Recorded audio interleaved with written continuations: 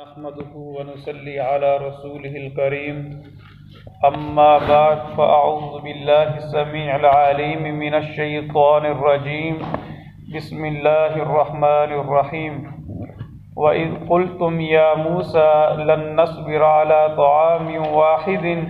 فادع لنا ربك يخرج لنا مما تنبت الأرض من بقلها وكثائها وفومها وعدسها وبصلها قال أتستبدلون الذي هو أدنى بالذي هو خير اهبطوا مصرا فإن لكم ما سألتم وضربت عليهم الذلة والمسكنة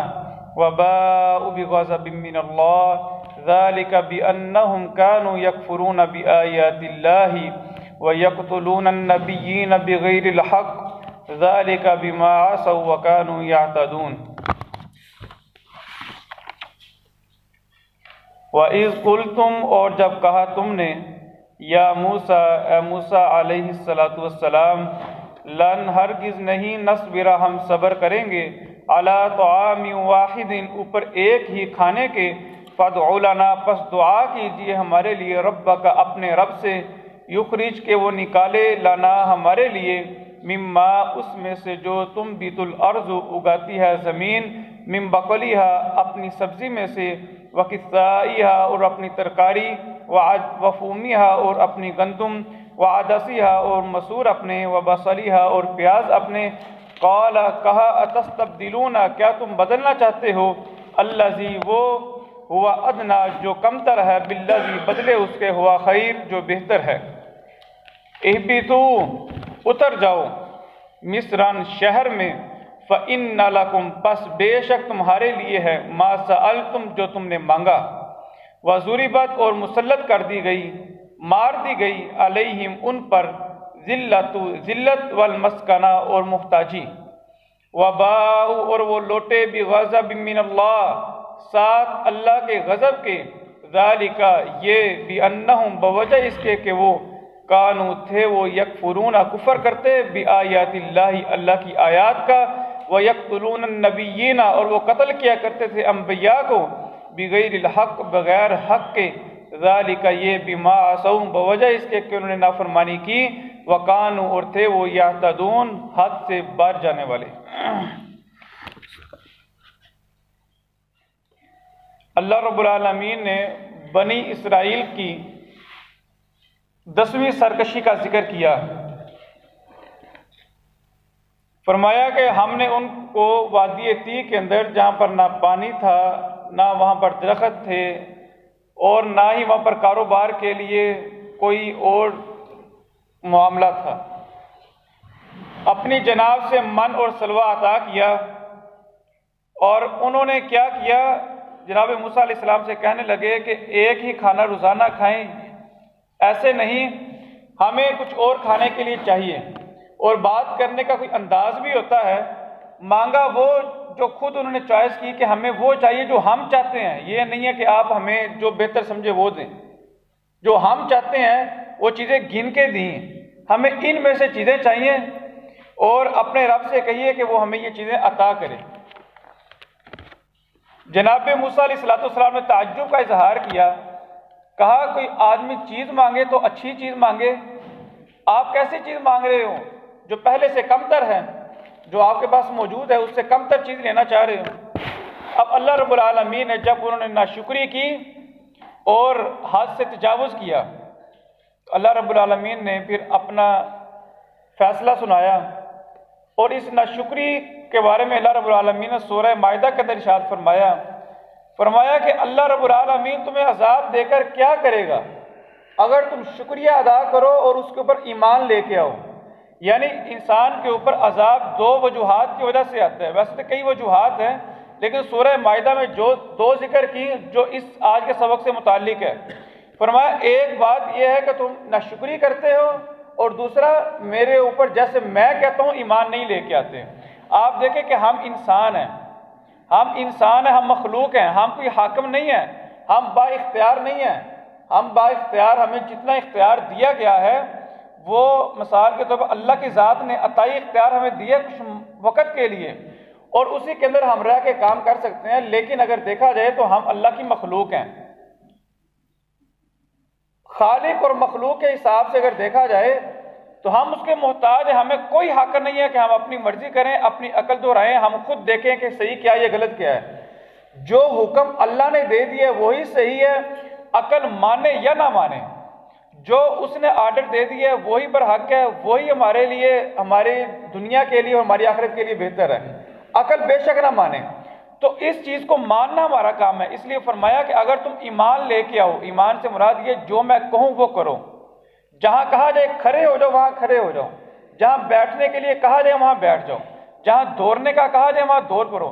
یہ نہیں ہے کہ تم اب یہ سوچو کہ پتہ نہیں یہاں پر میرے لیے فائدہ ہے یا نہیں ہے، صحیح حکم ہے یا نہیں ہے۔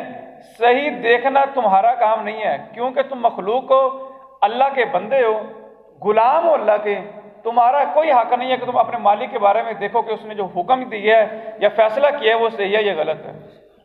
تو ایمان لے کے ہم جس طرح ایمان لانے کا حق ہے، اور دوسرا یہ کہ جو انعامات اس نے کیے ہیں اس پر اس کا شکریہ ادا کرو۔ اب جب انہوں نے ناشکری کی تو اللہ رب العالمین نے اپنا فیصلہ سنایا، فرمایا اہبطوا، اتر جاؤ، مصرن، شہر میں اترو، فإن لکم، پس بے شک تمہارے لیے ہے، ما سألتم، جس چیز کا تم نے مجھ سے سوال کیا ہے، یعنی گندم مانگی، پیاز مانگا، دالیں مانگی، فرمایا جو کچھ مانگا ہے وہ تمہیں میں عطا کرنے لگا ہوں۔ وَضُرِبَتْ، اور مار دی گئی، علیہم، ان پر، الذلۃ، ذلت، والمسکنہ، اور محتاجی۔ فرماتے ہیں اسی کے ساتھ اللہ رب العالمین نے ان کے اوپر ذلت اور محتاجی کو مسلط کر دیا۔ وَبَاءُ، اور وہ لوٹے، بِغَضَبٍ مِّنَ اللَّهِ، ساتھ اللہ کے غضب کے۔ اب یہ اللہ رب العالمین کا غضب اللہ کا عذاب کس وجہ سے تھا کہ انہوں نے ناشکری کی تھی۔ آگے اللہ رب العالمین نے اسی کی مزید وضاحت بیان کی، فرمایا ذالک، یہ عذاب، بِأَنَّهُمْ، بوجہ اس کے کہ وہ، کانوا، تھے وہ، یکفرون بآیات اللہ، اللہ کی آیات کا انکار کرنے والے، یعنی ایمان نہ لے کے آئے، انکار کرتے تھے ہر بات کا، اپنی منمانی کرتے۔ وَيَكْفُرُونَ بِآيَاتِ اللَّهِ، وہ اللہ کی آیات کا انکار کیا کرتے۔ وَيَقْتُلُونَ النَّبِيِّينَ، اور اللہ نے جو انبیاء مبعوث کیے جو کہ ان کو حق کی رہنمائی کرنے کے لیے آئے، راہ حق دکھانے کے لیے آئے، وہ انہوں نے ان انبیاء کو بھی قتل کر دیا۔ برداشت نہ کیا کہ وہ نبی جو ہمیں جناب دعوت دینے کے لیے آیا دین کی، ہم دنیا کی آسائش کرنا چاہتے ہیں، وہ ہمیں آخرت سے ڈرا رہا ہے، ہم منمانی کرنا چاہ رہے ہیں، وہ ہمیں کہہ رہا ہے منمانی نہ کرو، اللہ کی بات مانو، یعنی ہمیں ہمارے معاملات میں دخل اندازی کرتا ہے۔ جس طرح آج کی زبان میں آپ کہہ لیں، جس طرح لوگ کہتے ہیں کہ جناب ہمارے معاملات میں کوئی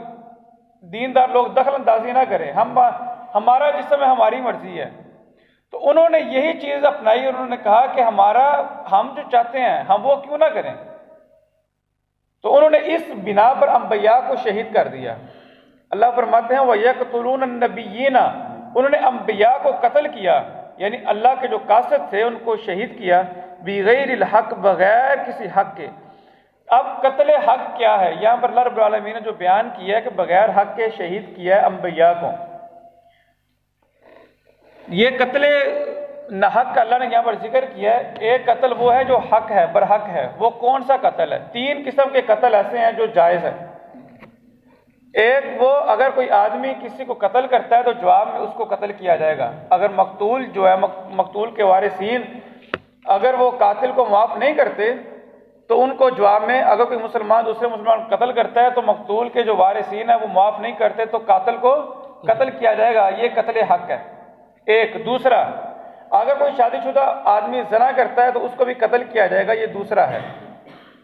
اور اسی طریقے سے اگر کوئی آدمی اسلام سے پھر جاتا ہے، مرتد ہو جاتا ہے، تو اس کو بھی قتل کیا جائے گا۔ یہ تین قسم کے حق ہیں جو جائز ہیں اسلام کے اندر، چوتھا نہیں ہے۔ اور اللہ فرما رہے ہیں کہ ان انبیاء میں سے ایسی کوئی چیز نہیں تھی، انہوں نے بغیر کسی حق کے ان کو اس طرح شہید کیا۔ انبیاء تو ویسے ہی ایسے جرائم کا ارتکاب تو کر ہی نہیں سکتے۔ فرمایا ذالک، اور یہ عذاب، دو وجوہات بیان کی، ایک یکفرون بآیات اللہ، اللہ کے آیات کا انکار کرتے، دوسرا ویقتلون النبیین بغیر الحق، انبیاء کو بغیر حق کے قتل کرتے، تیسری ذالک بما عصوا، یہ عذاب اس وجہ سے ہے کہ انہوں نے نافرمانیاں کی۔ وکانو اور تھے وہ یعتدون حد سے بڑھ جانے والے، جو اللہ نے حدیں ان کے لیے مقرر کی تھی ان کا وہ پاس نہ کرتے اور اپنی منمانیاں کرتے۔ فرمایا اہبطوا اتر جاؤ مصرن شہر میں، فإن لکم بس بے شک تمہارے لیے ہے ما سألتم جو تم نے سوال کیے، وضربت اور مسلط کر دی گئی علیہم ان پر الذلۃ ذلت والمسکنہ اور مسکینی، وباءوا بغضب من اللہ اور وہ لوٹے ساتھ اللہ کے غضب کے، یعنی جب وہ شہر کو لوٹنے لگے تو اللہ کی ناراضگی کے ساتھ لوٹے، اللہ کے عذاب کے ساتھ غضب کے ساتھ لوٹے۔ ذالک یہ بھی انہم بوجہ اس کے کہ وہ کانو تھے وہ یکفرون بآیات اللہ اللہ کی آیات کا انکار کرتے، وَيَقْتُلُونَ النَّبِيِّينَ بِغَيْرِ الْحَقِّ اور انبیاء کو بغیر حق کے قتل کرتے، ذَلِكَ بِمَا عَصَوْا یہ اس وجہ سے کہ انہوں نے نافرمانیاں کی، وَكَانُوا يَعْتَدُونَ اور حد سے بڑھ جانے والے۔ ریوائز کر لیں اہبطوا اتر جاؤ مصرن شہر میں